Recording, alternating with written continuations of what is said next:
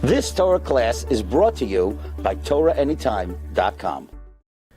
Okay, everybody, I'm very excited, sitting in Yerushalayim, the holiest city, the holiest place in the world. In Yerushalayim, right near the Koisel HaMaruvi, in the holiest building, in the holiest room of the holiest building, in Oshhpiza. Oshhpiza.com, let me spell it for you, it's Oshhpiza.com.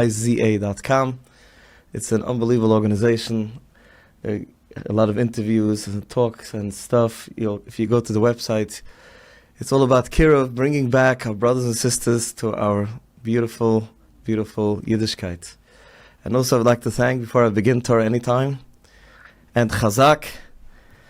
And we're going to start our lecture today. Today we're going to be talking about, I have a few people over here in the room, we will be talking about New Age parenting.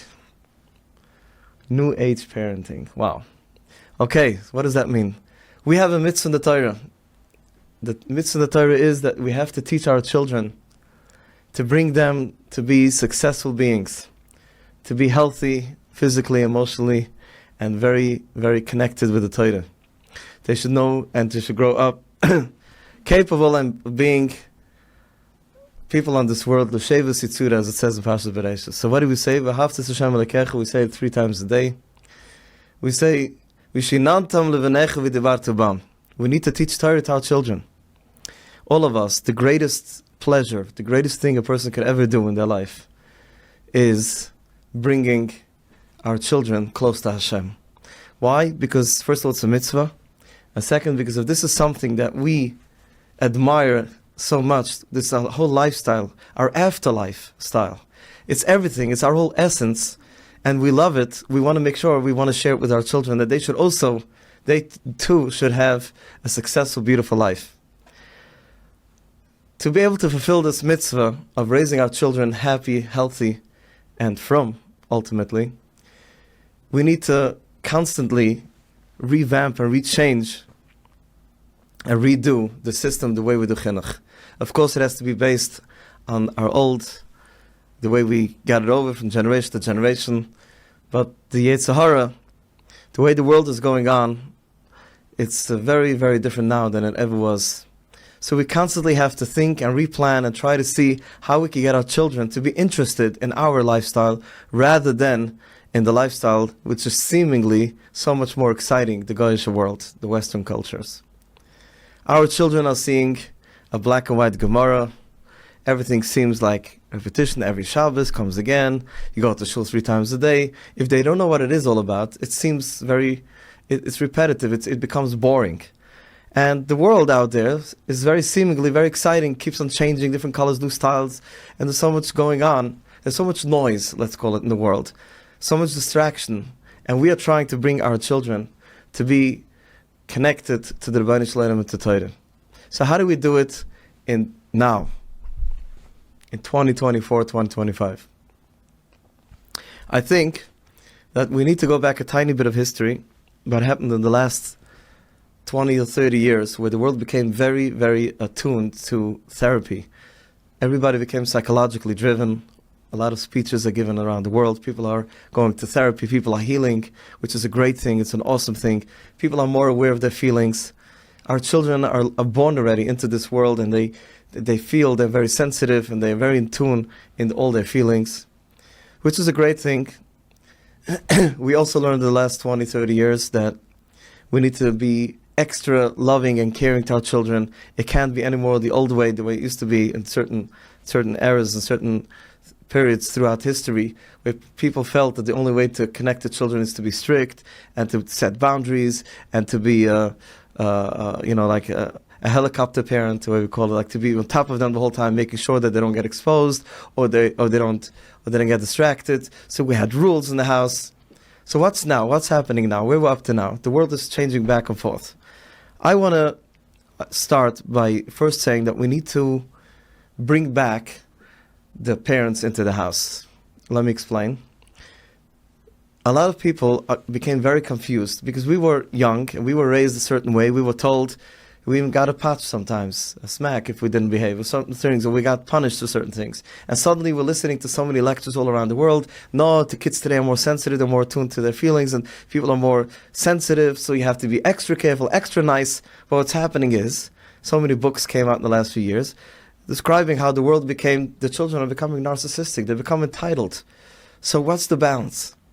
What's the balance of giving endless love to your children, giving boundaries in an endless loving way without being strict and turning them away from Yiddishkeit, away from our lifestyle? What's the balance? And I think that the first thing is we need to claim back of being parents. That we are the ones that are given the mitzvah of taking care of our children. So let me present in this way. So let's say I come home. I see my child doing something. He's hitting his younger brother, I don't know, pulling his face, he's doing something.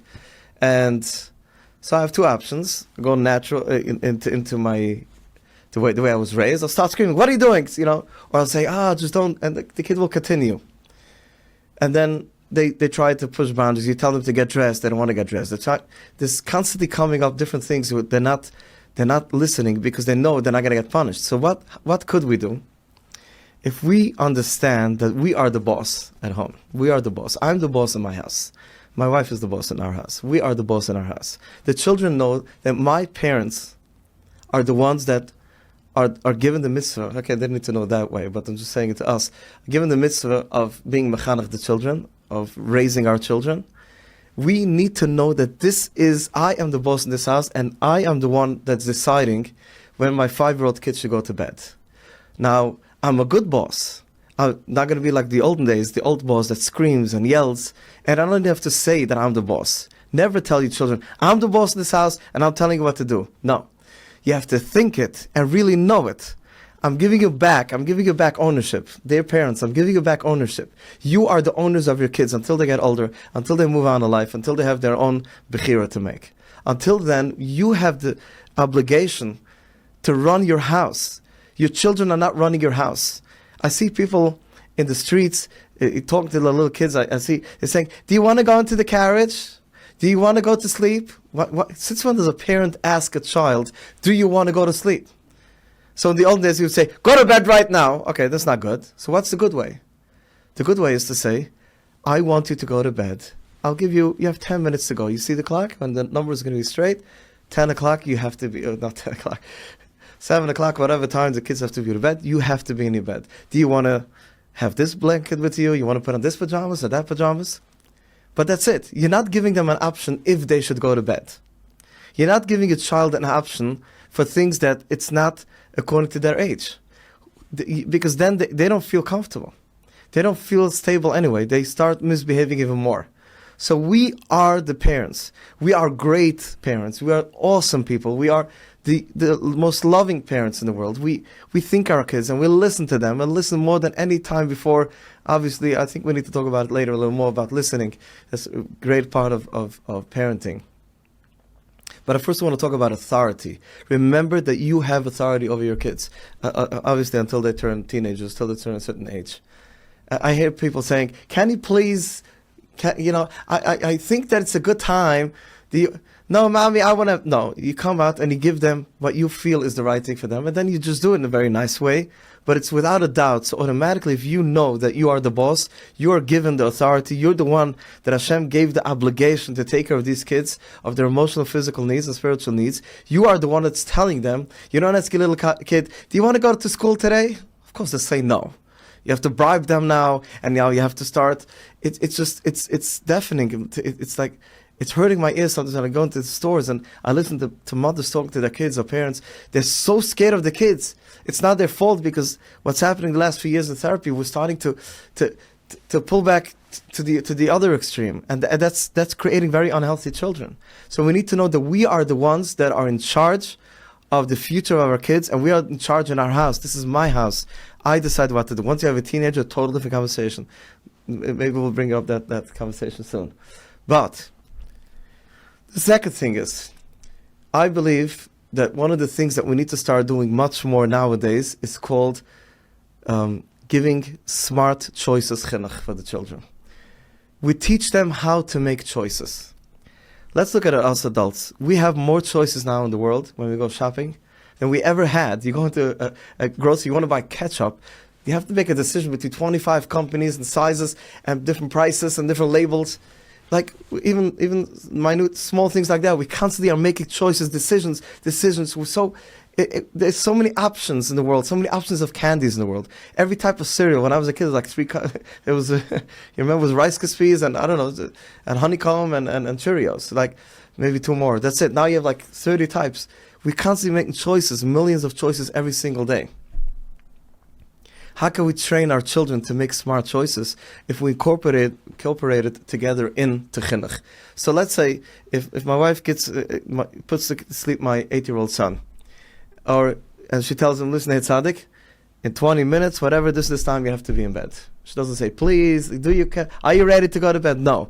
20 minutes, you have to go to bed. But you don't say it like in a strict way. Your mannerism, your feelings, the softness has to be the most soft and yummy and loving way. It's our children. Who do you think it is? But it shouldn't be with a doubt. Your children shouldn't feel, even the vibes should feel that my parent is telling me that I need to go to bed now, with all the love in the world. And then they wake up in the morning and they want to get dressed. So you come to your child, and when they're 7 years old, 8 years old, you give them an option. You say, Shefala, my dear tzaddik, you could put on one of these 3 shirts today. Which one do you want to put on? That's okay. You don't have to do like the olden days of being an extreme, like everybody puts on this color today. I remember we were 5 brothers in a row, and we all had to match.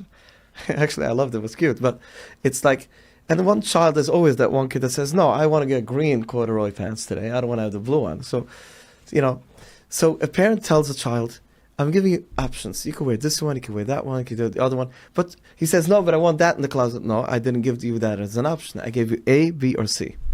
So as they get older, you give them more choices and more options to make. I'll give you another example. Let's say it comes to Afikomen, Pesach.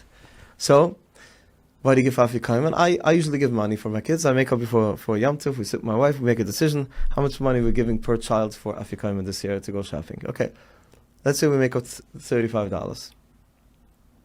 We go Chalamoy to a toy store, and with my kids, you could choose whatever you want. Whatever fits into your $35, you could buy. So, what am I going to do? So one son, they're going to run around the whole, every child their own nature. One kid is going to look for the piano, and the other, I need to add $5, take off $3. One kid buys a lot of small things that fits into 35. So what I'll do is, I'll tell my kids, you can buy whatever you want. But this choice that you're making, it's not going to last too long. It's very exciting. But if you want, you can buy it. And another kid, I'll help them, I'll give them advice, and then back off and let them buy something. I'm not going to force them to say, you're buying something, you're going to regret it, and then so you can't buy it. You have to buy something. I let them. What happens is, a week later, the toy breaks. Then they learned that on their own choice, their body, their system is learning, the subconscious is getting attuned to make it to living the consequence of their own choice. So then he still sees his other brother still running around with his toy, with his remote car, for a few weeks later, and his toy is already broken. I think that's a very good lesson for a child. A child is learning on their own skin, on their own choices that they make. As they get older, we give them more choices to make, more options, more, you can't control your kids forever. But what's happening is, when the child feels my parents are giving me choices, and the child feels the vibes that my parents are solid, they are the ones that are giving me the options. They are the ones that are telling me to go to bed. They're the ones that are telling me to go to school. The child feels safer. So when they get something, this big, strong, powerful parent that I have, mother or father or both, they are kind to me. If my parents are wimp and they're not sure, the kids ask, can we go tonight to the mall? And the father says, I'm not sure, let's see, I don't know, should we go, shouldn't go? You should always say, we're going to discuss it, or we're going to decide, and we're going to let you know if we could go tonight or not. You could say it in the most warm way ever. You don't have to say it in a cold, strict manner. You have to say it very lovingly. But the actual authority that you have, because you are actually their owner, you're actually the one that's deciding what's good for them, that in itself is giving them the feeling that they need to listen. They need to listen. So let's go back to choices a little bit, other than just an example of day-to-day parenting. I think that I see teenagers and young adults that I work with a lot throughout my life, I realize they are so confused when it comes to decision making. Should I spend the money here? Should I not spend here? How am I? We need to. We're living in a way in the world. I think Twain said. Someone said, "We're living in a world of such abundance, yet it feels like such a lack, like we're always missing." But at the end of the day, we're living in a world of abundance. We have everything around us. The poorest person today walks into a grocery, which the richest person 1,000 years ago couldn't have in their wildest dreams. Every type of food and nash, whatever you could think of, or other than food, anything, suits, shirts, ties. There's 20,000 types, colors of ties you could buy. So we're living in a world that everything, there's options and choices. So we need to start teaching choices to our children. Now I want to bring it to a little deeper conversation about choices. Choices of how they want to live their life. I think that in the olden days, just a couple of years ago, before the new age came along, children were not given an option. You grew up Hasidish, you grew up Litvish, you grew up Yeshivish, you grew up modern Orthodox, you grew up within Hasidus, there's so many types and all types.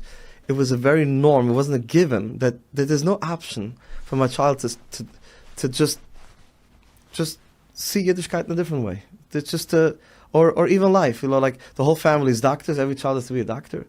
The father is a physician, and then the child has to be now. Where does that? It was like a certain thing, that it was a certain pride, or it was a belief that we all have the same genes and we're all the same type, and everybody has to look the same and everybody has to practice the same. And if you Zaidi wore this type of hat, you have to wear that type of hat. I think and I hope that in New Age parenting, we all realize that every child is born in different natures and different inklings, inclinations, different styles. They had different friends, different natures, different nurtures. I've seen, I don't know if the world changed, but the way I see the world, there's so many, I always say that I have my children are the Shiva Saminim. Every type of child, one child is a grape and the other child is a fig, such different kids. Who decided that every child belongs in the same school? Every child and every family needs to go through the same elementary, the same high school, it doesn't work that way. We see it's not working. And the ones that are trying to make it work that way, if it happens, great, good for you. But if it doesn't, go along with it, understand what your child needs. If we are not going to be flexible and realize that each child is a different shevet. Look at our Yaakov Avini. Yaakov Avini, our patriarch, he's the one that had the 12 tribes in Pashas Vaychi, where he gave a mission statement before he passed away. He told Reuven what he needs to do, what he needs to improve, what his mission in this world is. Shimon, totally different. Levi, Yisachar, you got to work, you got to learn. All the Shvutim, he gave them their particular mission, whatever they need to accomplish in this world. You would think a regular person passes away from the world, the older man, and he has all his kids around him, if he's lucky, and he passes away like a tzaddik, and he has time to say goodbye. What is every person going to say? Oh, my children, you should all be from and Ehrlich, you should always live in Shalom, you should always be together, and you should always, never fight. And okay, but that's not what Yaakov Avini did. He said, every child, you excel in whatever the max you could in this way and that way and the other way. I think that this is our role modeling, is Yaakov Avini. And you can even see how Avrum and Yitzchak and Shmuel, how he dealt with them, and how Yitzchak dealt with Esav, and he told Esav, bring me, he was a hunter, so he was connected to him through hunting, he was telling him, go, bring me food. And Rashi says, I was so immersed and indulged in different types of steaks, all just to connect to Esav, to be Makarav, and to give him all the love in the world, and hopefully one day he'll make a smart choice of coming back, which eventually happened. That was the way Yitzchak was connecting to him, and then to Yaakov, he was totally different. He was learning with him, he took him to Mesmed Hashem Ve'ever, a total different chinuch. We need to understand that if we want to continue the world, the Klal Yisrael to continue, and the world is changing rapidly, until Mashiach comes, we need to constantly be more flexible. And what flexibility comes in is more the understanding that every child is a different shevet. Every child is different, and whatever works for them, not what works for my family, for my ego, for my tradition, what I decided. It's one thing, we all want our children to be Ovdei Hashem, to be successful, and on the physical level, and then on the spiritual level. And the only way to do that is to understand one child needs to go to yeshiva, the other child needs to work, the other child, whatever works for them, that they should excel the maximum according to their nature and their nurture, what they went through. This is something that we need to really, hopefully that most people are already doing that, and if not, try to really, really understand that. I want to share with you something that I once heard. It's partially from Rabbi Wein, should be gesund, the Rebbe of Klal Yisrael when it comes to Jewish history, and then a combination with a few other things. I just want to say a certain statement that I put together from a few. He said that in the times of the Churban Beis HaMikdash, don't quote me exactly the numbers because I hate to misquote, because the point that I want to bring out is more important than the actual numbers. So if he said different numbers, it's okay. He said in the times of the Churban Beis HaMikdash, there were about 11 million Jews around the world. According to the Chinese history, what they know, they're keeping track already 4,000 years. According to that, in the time of the Churban Beis HaMikdash, when we had the Churban Beis HaMikdash, they had about 24 million Jews. So we had 11 million Jews, and they had 24 million Jews. Now we have just about 11 million Jews, I think. And Chinese have 1.5 billion people. Chinese have much less babies than we do, that's for sure. We have a mitzvah to have children, we have a mitzvah to have large families.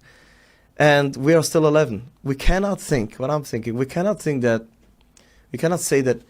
we were all murdered and killed and throughout Gullus, 2,000 years being in exile, that we got, that 1 billion Jews were killed. 6 million Jews by the Holocaust, pogroms, a few places, Spanish Inquisition. We didn't have that many casualties. Where did most of the Yidden go? The sad news is that most of the Yidden went off. They went bye-bye. They left the fold. It started off right with the time of Beis HaMikdash, right after that, and then you had the people that went with they became Christians eventually with him, and then you had the Tzedaikim and the Karum, and throughout the generations, and the most recent one was the Haskula, which is the Enlightenment movement. They took away millions of Yidden out of the totally left Yiddishkeit throughout the generations. That's a very sad news. But the good news is that nowadays there's so much in this very building that we're in, the amount of knowledge we have and the information we have, that anybody that really wants to come and listen and figure out his Judaism, his Yiddishkeit, we have everything in front of him like a Shulchan Aruch. Everything is prepared for him. From the frum communities, the kids that are leaving, they're not really leaving, they're just in pain. And we know it's proven. We all know that the children that are leaving are the ones that are in pain. They're just not able to fit into the mold that we set up for them, because we decided that all the children need to be a certain type, a certain style, a certain hat, a certain school. And this is exactly what's pushing out so many of our kids. And this is something that cannot continue. This is something that we need to change. I'm very involved in a few organizations that are training parents how to keep these children that left the fold totally, at least seemingly from the outside, to keep them in the families, to be part of the mishpacha. Because one day they're going to be healed from their pain. They're going to come back to the most beautiful, awesome thing in the world, which is living like a Yid. So throughout these trainings that we're giving, I've been all around the world, Baruch Hashem, through Kesher Nafshi and different organizations, many different organizations that have, Baruch Hashem, more and more, because we're realizing that the kids today that are leaving the fold, they're falling out of our system, is not because they're some kind of philosophical thing that's pushing them off, and they figured out that atheism is the right. That's not their issue. They're leaving because they were actually pushed out of our system. They were pushed out of because they couldn't handle the way we said it for them. You have to go to camp. You have to go to school. You have to go to yeshiva at this age. You have to sit from morning to night and learn. You have to, it works for a lot of kids, which is great. Our schools are awesome. But we parents, I'm here to empower you, us, the parents, to understand that if we want our children to be successful, we need to understand when they're young already. Try to chap which kid is made to go through the whole school. I've had so many people telling me, I work with teens all my life. They tell me, sitting in school morning to night was torture. I couldn't wait. I was looking at the clock. Every 5 minutes felt like a year. That kid has or learning disabilities or they're just not, whatever it is, the ADHD, or it doesn't even have to have ABC. They're just simply, it just doesn't fit for them. They're just not in the right place, or they're just having, the different anxieties, the different things that are in their way, and that's keeping them from following along in school. But us parents, the moment we see that our child is not working along, we have to really figure out who said this school is for him. Maybe it's just for my older son. My next son, it doesn't work. Maybe it's not for my daughter. You know, I would love to see a world where all of us, all of our families are, where I could ask someone, which school do you send your daughters? He would say, oh, depends which one. This daughter I sent to this school, the other daughter here, this one is here, and that daughter is working. This boy, he's working half a day, he's learning half a day. My other son is steiging away. He's learning a whole day. He's in, and he's like, you know, it has to start being that way. We institutionalize Yiddishkeit into a conveyor belt system where every cookie has to come out the same, like a cookie cutter. And what's happening is a lot of the cookies are falling off. They're just not making it. So I'm not here to change the cookie cutter systems. I'm here to tell you that there are many different cookie cutters, and make sure your child is going onto the conveyor belt where they could excel, where they could be matzliach in their life. It's something it's obvious, but we need to start actually implementing it and understanding that it's a given that all my children, if you have 5 kids are the same, 1 kid different, it's okay. You don't need to. It's okay. This kid needs a different school, and you can tell that child, nothing wrong with you, you're a healthy person, you're going to grow up to be I don't know who, but you need to know that I find that this school is going to be better for you, you'll excel more over here, and that's why you're here, not because you're worse or better. I think the next thing we need to do, we spoke about the last 20 years a lot about loving our kids. You need to give them love, and it's so true. There's nothing more important than giving love. I know my father, he just passed away a few weeks ago, my dear father, he loved me. He never said the word I love you, never. And it never bothered me. I always knew he loved me. And then I have some siblings that were upset. He never said I love you. And then kids today, you need to tell them I love you. It's not enough that they feel it. They just don't. You need to say it. So it's true. So that's where the world came. We need to realize that we need to, touch our kids and say hi and give them a hug and tell them how much you love them. But I want to say new age is, you need to say something even more than loving your children, is believing in them. We need to believe in our children. We need to tell them, I believe in you. You have such koiches. I can't wait to see what you're going to be in the world. You have so much to offer. And the world needs every type of yid, every type of person in the world. So one kid, if he's excelling in learning, is able to learn by lunch and at night, you can tell him the world is waiting for you to be the next Rabbi Feinstein. You're going to be the next Talmud Chacham. Great, if that's the kid, that's the type, no problem. The other kid, you can say, you are going to run organizations that are going to shake the world. You're such a good heart. You have management skills. You're able to run a program. You're gonna make so much money. I see you have, Be'ezus Hashem, you have the ability to tell your kids 1,000 times how much you believe in them, and they can't wait to see how they're going to grow up. It's even more important than how much you love them. Obviously, do both. We need to believe in our children, because all of our children came down to this world and they woke up every morning because Hashem believes in them. We always say every morning, we say,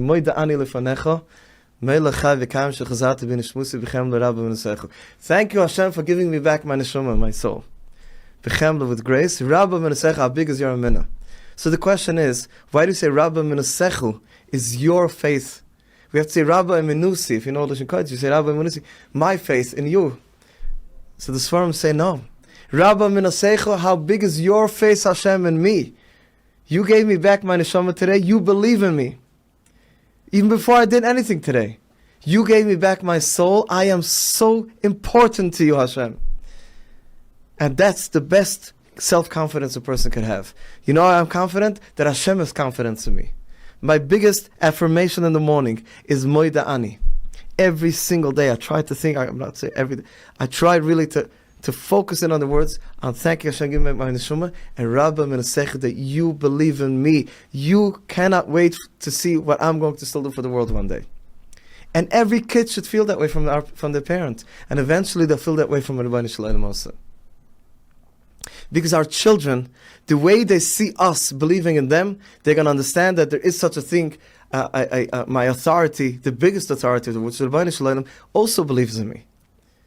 Okay, I wasted a day, I wasted a half a day, I wasted a few years of my life. I went through a stage, I couldn't find myself, I came back. Now wherever I am, Hashem still believes in me because He still brought me back to the world every day.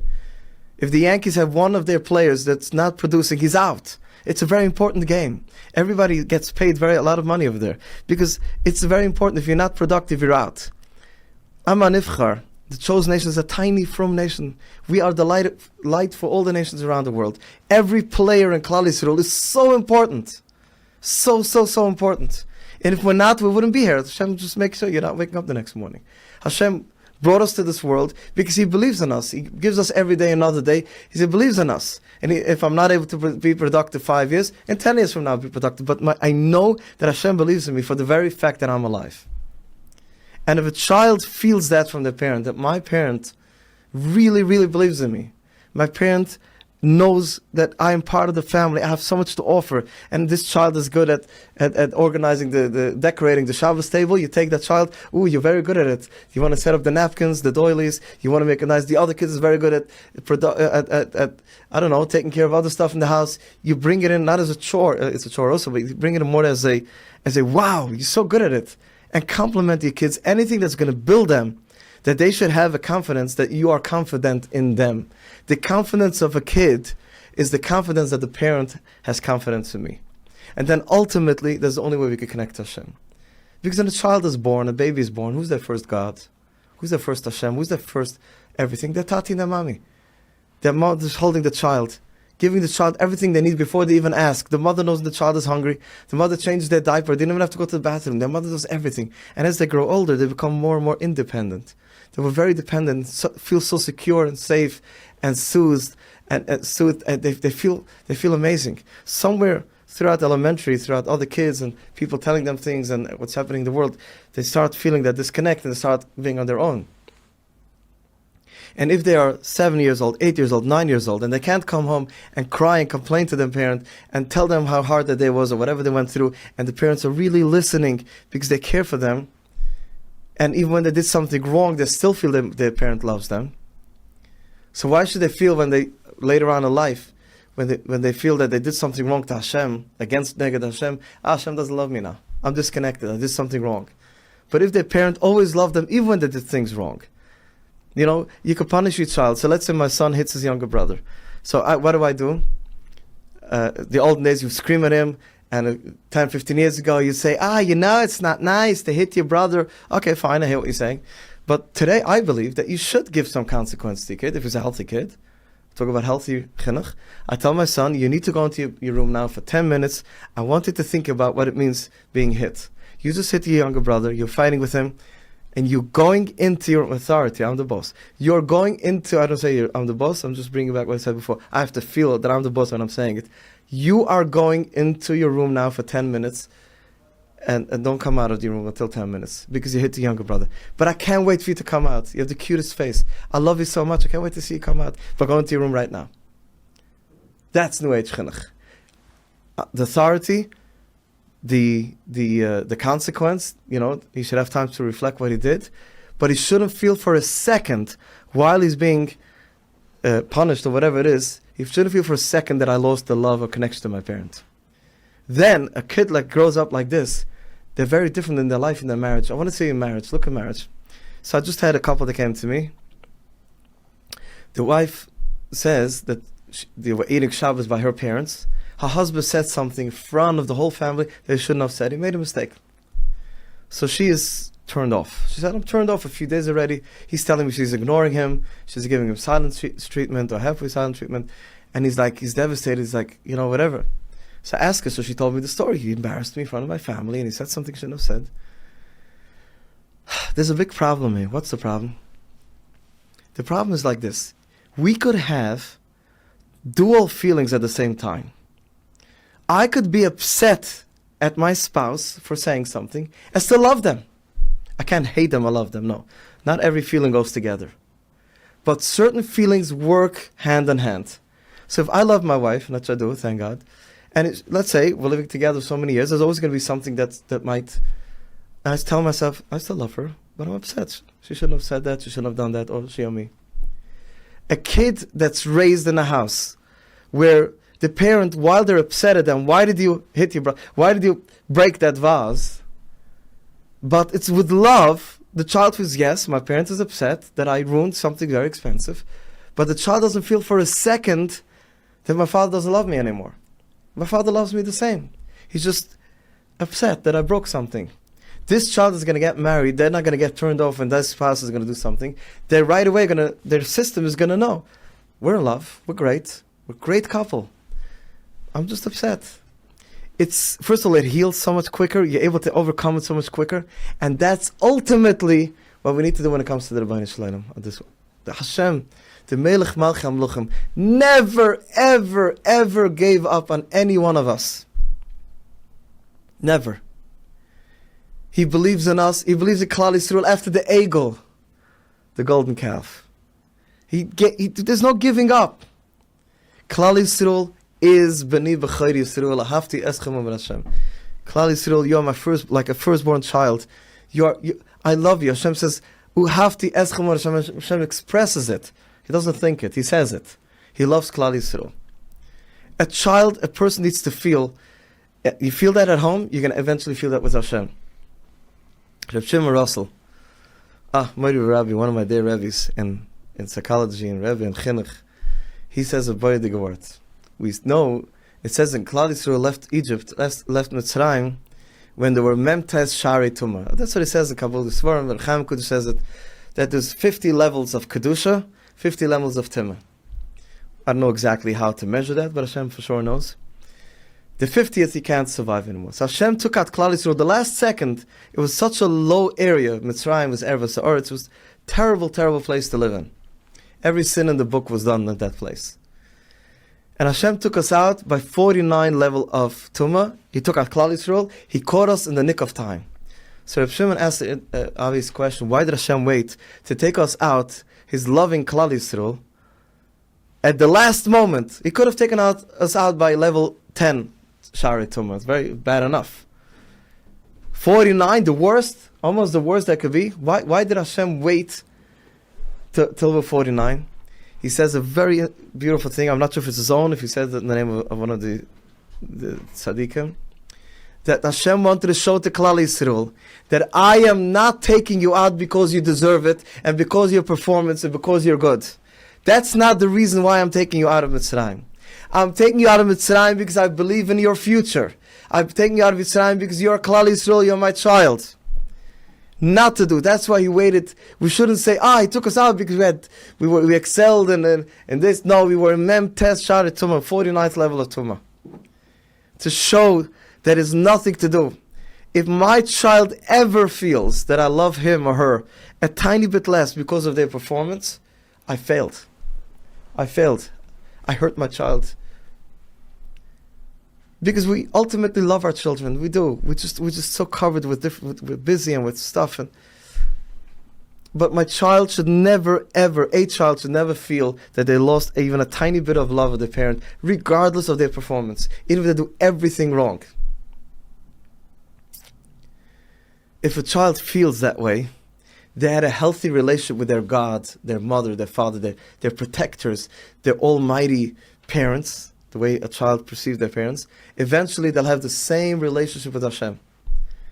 And if they don't have that, they have a big struggle of connecting to Hashem later. Or because they always feel, I'm a failure, I said Lashon Hara here, I did this, I did that, Avera. I had so many times throughout life people telling me, different clients and different teenagers that talk to me, even adults, they tell me, I'm anyway not, I'm not going to go, I'm not close to Hashem, Hashem doesn't love me, who am I, I'm just silly. Hashem loves us. Endless, endless, endless love. Hashem writes in the Torah that Lo merivchem kol olam, not because He greater than other nations, and not because Hashem just loved Avraham, Yitzchak, Yaakov, and their children. That's it. No explanation. He didn't give us explanation. He just loves us just because we are Zera Yaakov. We are the children of Yaakov Avini, Avraham, Yitzchak, Yaakov. Nothing to do with our performance. Of course, we need to try to do mitzvahs and masot and to connect ultimately to the Rabbi Shalom and have a real healthy relationship with Hashem also. But our love, if a person feels, even for one moment, that my parents don't love me as much just because I was expelled from yeshiva 6 times, the child's going to have a little bit of an issue with Hashem as well. Not consciously, subconsciously. Something's going to make him feel, Hashem. But if a child feels that my parents love me, even if I give them all the trouble in the world, they love me, they think about me, they believe in me, what they're going to grow up to be. There's so many stories of people telling us again and again because of one parent believed in me. One parent, just my father, just my mother believed in me and always told me, it's okay, a lot of kids go through that stage, it's okay, you'll grow out of it, just let me help you go through, let's discuss it, go for help, talk to the therapist, get through it. But don't worry, I believe in you and I love you. There's, you know, if a parent could tell a child, there's nothing in the world you could do that's going to take away my love from you. That is what the way every single child needs to be. And who's telling it to them? The parents that are their owners. My owner, my parent, my father, my mother, who raised me, who run this house, who own this house, who own the authority in this house. They are telling me that I am special. They are telling me that I am going to grow up and I'm going to perform. You don't have to lie to your kids. Don't take it the wrong way. Don't lie to your kids that they're going to grow up something that they're not. Every child is born for a different mission in this world. So whatever they do have, whatever you do see in them, elaborate it and magnify it. But don't add, don't lie to your kids. They're not stupid. They're not going to take it even. So honest parenting, but say it. Don't be stingy on words. It's free, and really believe in your kids and tell them you believe in them. You believe in their future, and Be'ez Hashem, this is going to create solid, resilient children through their life. There's two more names that I'm supposed to say that this shir is in the schus of two very highly Yidden, Nesanel Chaim ben Shloime and Arya ben Shloime. They should be zeiche to grow up to be tzaddikim emes, and their schus, the shir was dedicated. I really hope that this was helpful. We could really go into so much more details, but I think that these few points that I brought out is something that we need to take in and really try to do our best and never beat yourself up for not doing the best. We all make mistakes. This is what we need to do. It's okay. This is when we go to shir and we'll read a book and we find a new method, something, and what happens is people beat themselves up afterwards. Oh, I didn't do it all the time. It's okay. You learned about it now. It was basher for you to learn now. You didn't know it till now. Your children didn't need to have a parent like that. Now that you heard it, now they need to get this. And try your best. And I'm just helping that Hashem should tell us already. We should hear how much He believes in us. We know He believes in us through His Torah, through His Nevi'im, through the Tzaddikim, but we want to hear it from Him directly very soon, just a few 100 feet away from here. By the Koisla Maruvi Mitzvah. That way, the whole Beis Hamikdash is going to come, and all the Yidden from the whole world are going to come home. Everybody's going to come home. We can't wait to see Tati again in Yerushalayim. Tzaddik eventually Yidden. You've just experienced another Torah class brought to you by TorahAnytime.com.